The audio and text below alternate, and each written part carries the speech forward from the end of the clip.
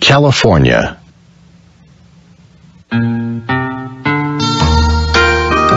1848, gold was discovered at Sutter's Mill, about 100 miles east of San Francisco, and the first great gold rush began. Within a year, 100,000 people, only 8,000 of whom were women, had reached the coast of California. More than half of them had traveled overland across the American continent. Gold fever began to spread.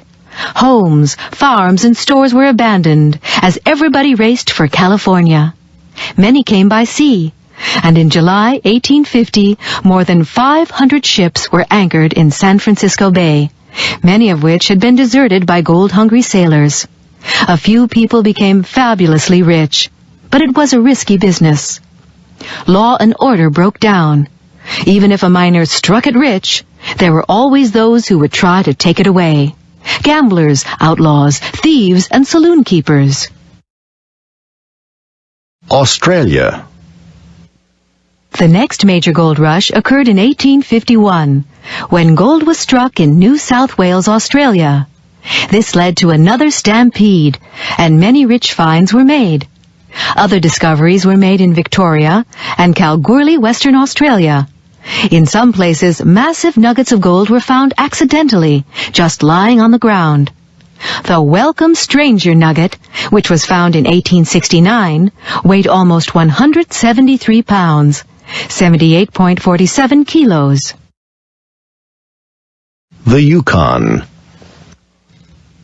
Perhaps the most difficult conditions were experienced by those prospectors who braved the Canadian winters to win gold from the Yukon and Klondike rivers.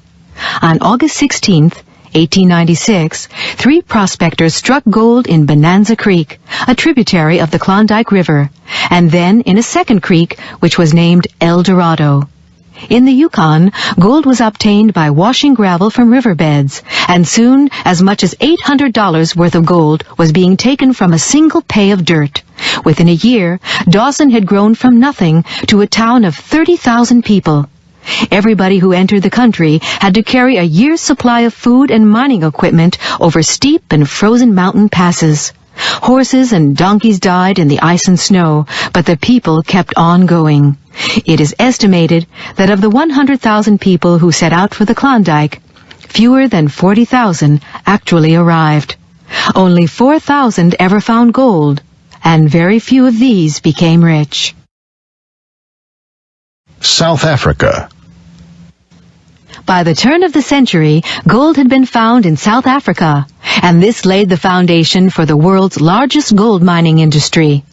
Today, South Africa accounts for 70% of world gold production. Vast sums of money are being invested, and modern mining technology is being used to squeeze gold from the rock. 20th century gold rush. New finds are being made in the former Soviet Union, Saudi Arabia, and the United States. The largest single mine in the world was discovered in Uzbekistan, then a Soviet republic, in 1958. However, in spite of recent finds, modern-day gold rushes are usually confined to speculation on the gold markets of Zurich, London, and New York. At times of economic uncertainty, investors rush hysterically to buy gold, and the price soars, often only to fall back again.